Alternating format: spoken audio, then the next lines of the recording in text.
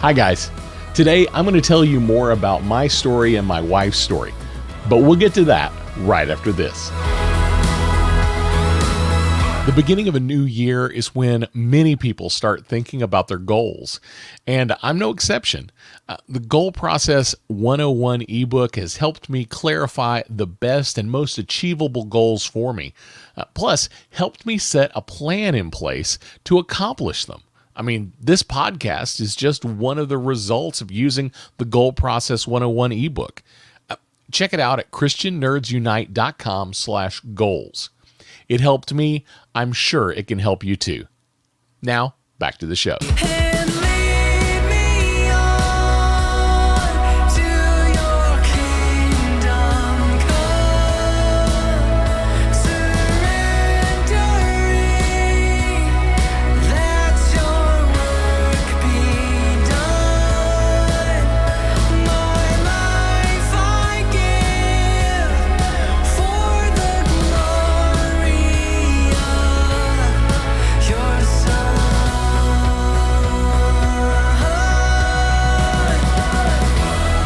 Today is Monday, April 19th, 2021.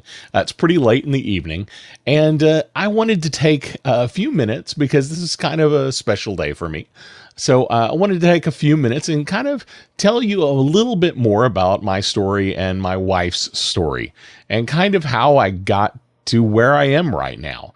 But before we get into it, I do want to read a couple of scriptures, and I know this was one that I've read multiple times, and because it's pretty integral to this story, and it's Psalm 34:18. The Lord is close to the brokenhearted and saves those who are crushed in spirit. And I also want to read 2 Corinthians 4:16 and 17. So we do not lose heart. Though our outer self is wasting away, our inner self is being renewed day by day. For this light momentary affliction is preparing us for an eternal weight of glory beyond all comparison. As I mentioned, this is Monday, April 19th, 2021. Now, you're probably listening to this on Tuesday morning or later in the week, or who knows what day you're listening to it. But April 19th is kind of a special day for my wife and I want to kind of explain some of that to you. I've mentioned part of my story, part of our story, from time to time, and I thought maybe this is the time I should go further into it. I've been doing this podcast for almost 6 months now. I can't believe it's been that long, and I think it's probably time I really laid out the story for you. So, first of all, I want to tell you, I am married to a cyborg. Yeah, you heard that right. I said cyborg. So many of you, if you're a DC fan, you're probably thinking of the DC character Cyborg. If you're into cyberpunk, you probably have some interesting ideas in your mind. If you're a Star Trek fan, you're probably thinking of the Borg right now. Well, my wife is a cyborg. She has a total artificial heart.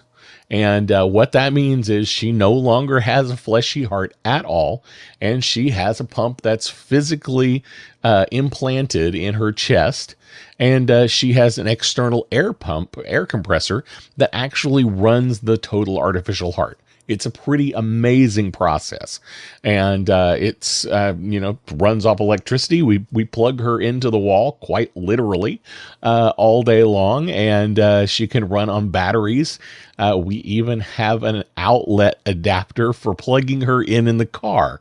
So there's some strange things in my life because of that. But that is part of our life. That's part of our story, and it has been for the last couple of years. So let me get into it. Why does my wife have a total artificial heart? And I don't know how much of this story I've ever really shared on the show, so I wanted to go a little further into it this week than I usually have. November 19th, 2018. Now, the weekend before, we were kind of lazing around the house. We didn't do a whole lot. Laid in bed more than we probably should have. We were tired. We'd had a really long year. We've had a long summer. We had a big trip. We went to Europe, We had band contests almost every week, every weekend, and this was kind of the first weekend we'd had to just relax because our kids were in school and they just did so many things. And, this is 2018, so this is a couple of years ago.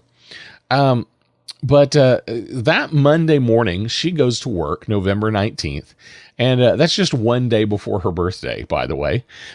She goes in and she has this kind of spell at work. She doesn't feel good at all. She's super winded. Even just walking across the room makes her almost completely exhausted. And her heart is racing, not quite sure what's going on. She worked at a hospital at the time. And because she worked at the hospital, one of the nurses said, well, let's check you out. And they hooked her up to an EKG real quick and said, I don't know what this rhythm is, but you're going to the emergency room right now. So they put her in a wheelchair, drove her down to the emergency room right then and there. Shortly thereafter, she was admitted. Now, my wife had some heart issues in the past, very, very minor, and they had put her on some blood pressure medicine thinking, that was be taking care of it. And these may have been completely unrelated issues, actually. So it wasn't the first time she'd gone to the ER with a questionable heart issue, found nothing, changed her blood pressure medicine, and everything was good. So our expectation was, okay, well, you'll get a change of your blood pressure medicine and we'll be out of here in a few hours. Well, they ended up admitting her. She stayed in the hospital for her birthday. Now, I said that was November 19th. So she was in the hospital for her birthday. She was in the hospital for Thanksgiving that year. So that was a little odd for us to have Thanksgiving at the hospital. But still, we weren't really worried about any of the situation. We figured everything would be figured out. Because it was a holiday, they did have to basically wait until the following Monday to really do anything. They had decided there was something going on with her heart and they couldn't figure out what it was. So they wanted to do a biopsy. And on Monday, they attempted to do this biopsy. And they also did a couple other procedures on her heart that they were hopeful would help with the strange rhythms. I won't go into all the medical jargon there, but suffice it to say, those things did not work and actually made the situation much, much worse than it had been. Not that it wasn't bad already. We just feel like these procedures kind of caused things to move ahead more quickly than they would have if we hadn't had those procedures done. Within just a few days, we had a situation where we weren't sure whether my wife was going to be here another day. And one evening, I believe it was a Wednesday night, my entire family from 2 hours away comes into town. Her family is driving into town because we're not sure we're going to see her for another hour. Honestly, one of the darkest times I've ever had in my entire life. Not sure what's going to happen to my wife. And in a situation where I have no control and all I can do is ask the doctors what they think they should do. Well, the doctors had discussed a procedure that would basically bypass her heart temporarily, but because of some extenuating circumstances in her anatomy, the doctors there felt like they were not capable of doing it. So one of the doctors made a few phone calls, and a hospital from across town agreed to come and look at her case and to do the procedure. And they put her on something called Ecmo. If you're not familiar with that, basically it is what back in the 80s and 90s and early 2000s, you might have heard called the heart-lung machine. Basically where they put in two hoses to your body and they take all the blood out, they filter it, oxygenate it, and put all the blood back into you in a rotating cycle. And basically, they don't necessarily bypass your heart, but it does the work that your heart should be doing. Now, this hospital, they came in, they did the procedure, transferred her to their hospital, and we still were not sure how this was going to play out. Because they were able to do this procedure, they were able to save her life. Now, that procedure is pretty drastic, and the way they had to do it, because of the way some of her veins and arteries were, it basically immobilized her. She was on Ecmo, on this heart-lung machine, this external machine that ran her blood out of her body and back into her body for 45 days, while we were trying to figure out exactly what happened, why it happened, and what the solution was. Well, after a week or so on this new machine at the new hospital, we finally got a diagnosis. And it was something called giant cell myocarditis. Now, feel free to look that up on your own time, but suffice it to say, it is a super rare disease. If you look up the studies on giant cell myocarditis, there are not thousands of people in those studies. There are tens of people in those studies. It is a super, super rare disease, and no one knows how you get it. No one knows why you get it. And no one knows how to get rid of it in all reality. The only real solution for someone with this disease is a heart transplant. Now, because of some other medical issues that my wife had, and I'm not going to go into all the science. Some of you guys science nerds out there are like, tell us more. It gets really complicated, and there are way too many words for me to explain. But because of her situation, because of where we're from, as far as what city and state we're from and the area we're in, it was almost impossible for us to get a heart transplant for her within a timely fashion. So they brought us the option of a total artificial heart as being the best and probably the only solution that would save her life and be able to take her off of the Ecmo machine. And we did decide that that was the direction we should go. So come January 14th, 2019, my wife became a cyborg. They removed her fleshy heart. They replaced it with a plastic pump, and she has two air hoses that actually go into her body and an air compressor. You see the air compressor, you think it looks like the kind of air compressor that you plug into your cigarette lighter and pump your tires up in your car. It's about that size, but it's pumping air into her artificial heart and actually moving the valves back and forth.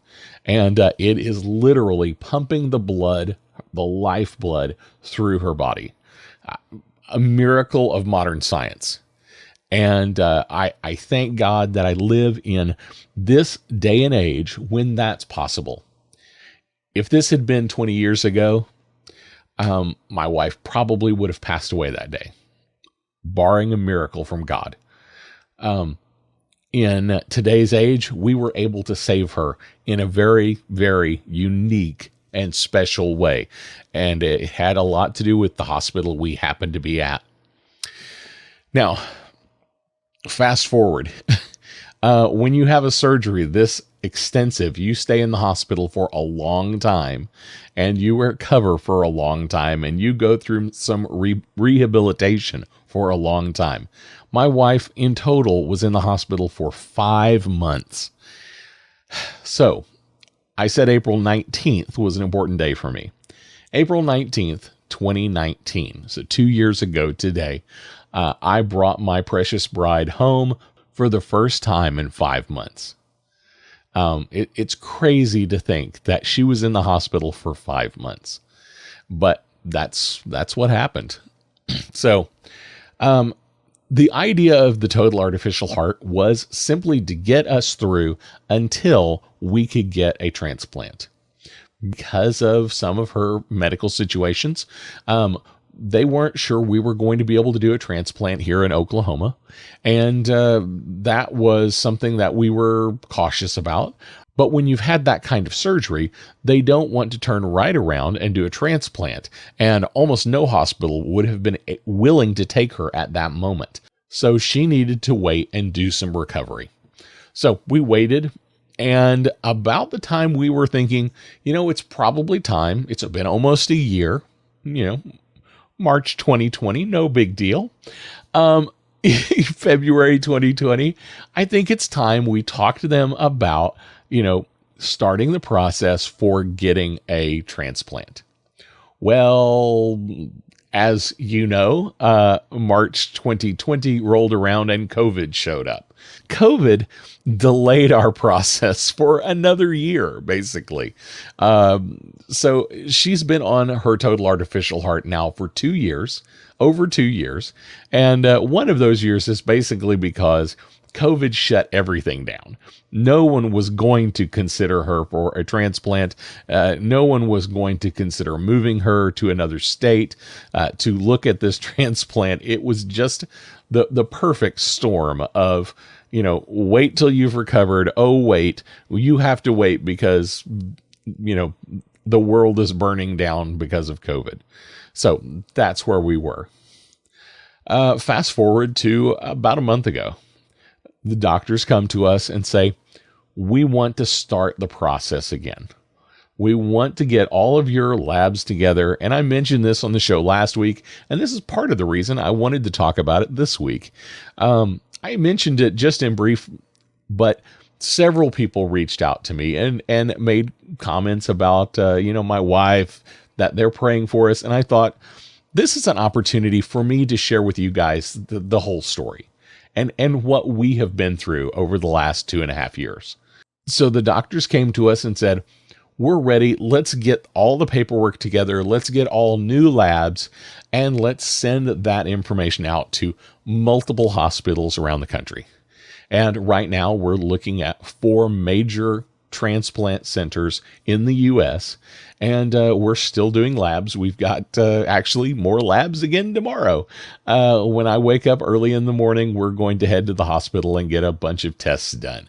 No spending the night or anything like that, but, chest x-rays and ultrasounds and things like that, just to make sure everything is the way they think it is. That's where we are right now. And we're hopeful that one of these centers will accept her the way she is, with all of her other medical issues that we have going on, and that we can eventually get a transplant.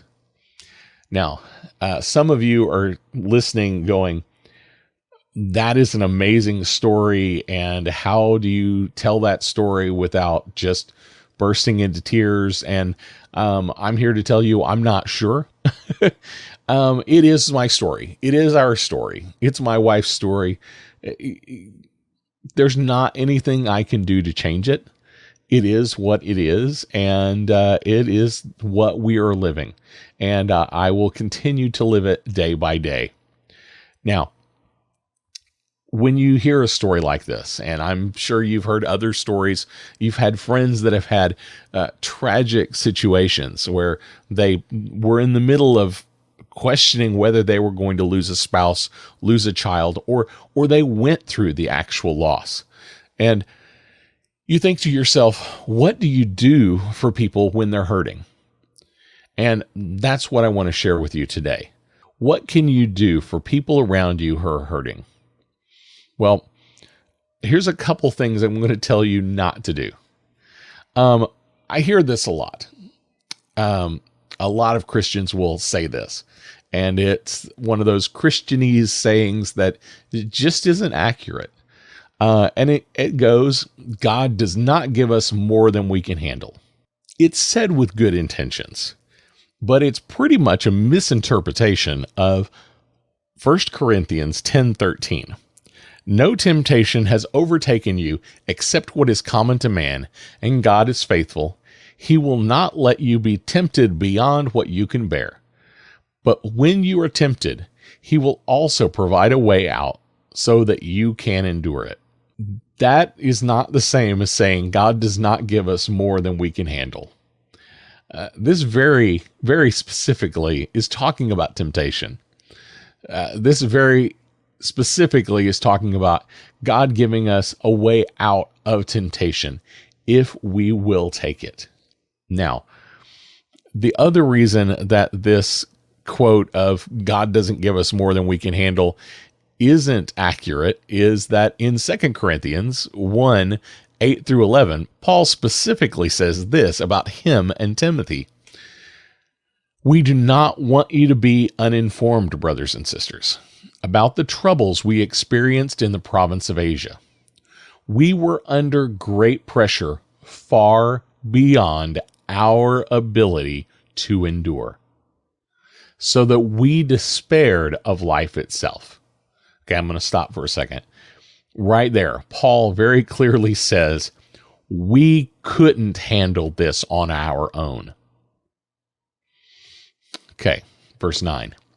Indeed, we felt we had received the sentence of death, but this happened that we might not rely on ourselves, but on God, who raises the dead. He has delivered us from such a deadly peril, and he will deliver us again. On him we have set our hope that he will continue to deliver us.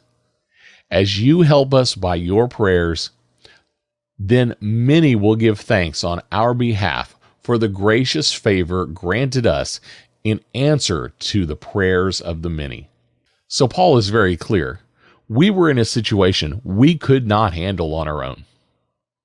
God gave them a situation they could not handle, but God could.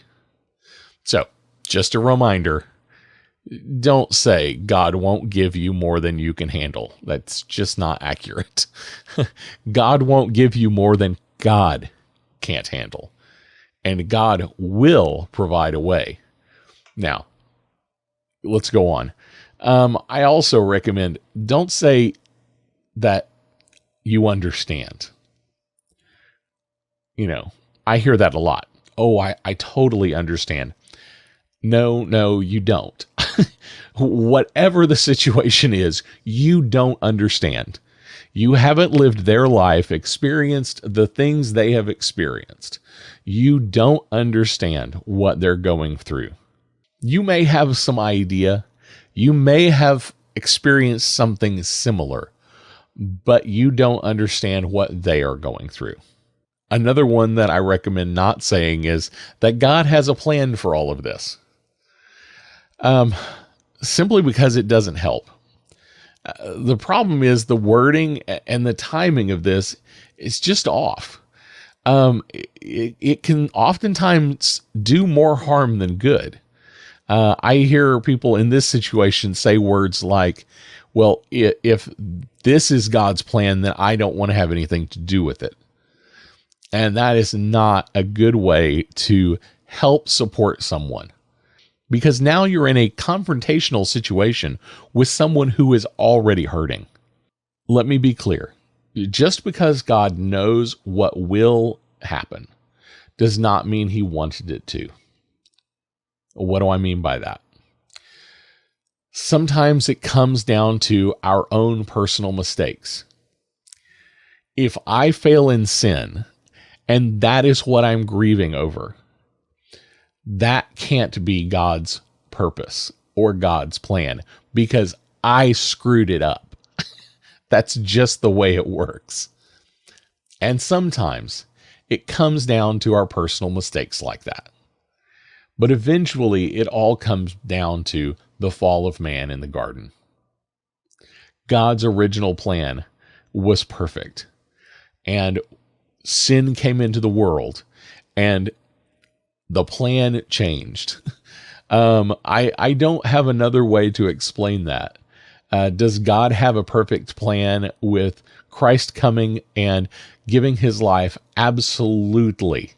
And some will say, well, those two things can't be true at the same time. And I challenge you, and I simply say, I believe they are. God had an original plan, and God's current plan is perfect. To say to someone who is hurting, this is all part of God's plan, I do not encourage you to say that. I think it will cause more problems in the long run. So, what can you say? Here's what I recommend. First, say this: I can't imagine what you're going through. Say that with me one more time. I can't imagine what you're going through. Because that's true. That shows empathy. It shows that you know they are hurting in a way that even you can't understand, even if you've been through something similar. You can say, God will be with you through this.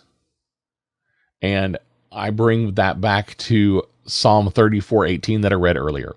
The Lord is close to the brokenhearted and saves those who are crushed in spirit. The third thing you can do is just to be there. I want to tell you a story. So, the darkest day of my life, I am fearful that I am about to lose my wife. I get a call from one of my best friends, and he says he's coming up to the hospital. He and his wife are coming up to the hospital. At this point, we're about to change hospitals, and I let him know, but we're still not sure what's going to happen. You know, this other hospital comes in, they get her on the Ecmo machine, they transfer her to the second hospital, but we don't know if she's going to make it the next few hours even. I get sent down to the cafeteria by my family to go get some food. And I look up and I see my friend. And he and his wife show up, and they don't say anything. They set a paper sack next to me on the table, and they just sit there with me. I look in the bag, and there's snacks, and there's food that I could warm up in a microwave somewhere, and a blanket. And it was sweet. It was the perfect thing for right then. There were no words to comfort me. Nothing anyone could say could make that moment better for me. But simply being there, simply showing up and showing love, that was enough. And I want to encourage you to do that for your friends who are hurting. Just be there, just show up. Even if it just means bringing a paper sack of snacks and sitting for a while. Well, I hope that gives you some guidance on what you can do for your friends who are hurting. I hope today's episode is a little different, but I hope it has encouraged you. I am encouraged. Don't get me wrong. I have hope. I have faith that God is going to provide for us in the future. I don't know what that's going to look like, but I have faith that it will happen. That's really all I have for us today. Oh, don't forget, you can find all of our social links and our online store and our YouTube channel at ChristianNerdsUnite.com. And while you're there, check out our support tab. You can check out our Patreon. That's a great way to donate to the show, and it helps pay for some of the expenses we have, like keeping the website going and keeping the podcast hosting going. It's not free. I have to pay for that out of my pocket. So anything that you give can help defer some of those costs. Before I go, I do want to pray a blessing over you. Loving God, we thank you for hearing our prayers, feeding us with your word, and encouraging us. Take us and use us to love and serve you and all people in the power of your Spirit and in the name of your Son, Jesus Christ, our Lord. Amen. We'll see you next week.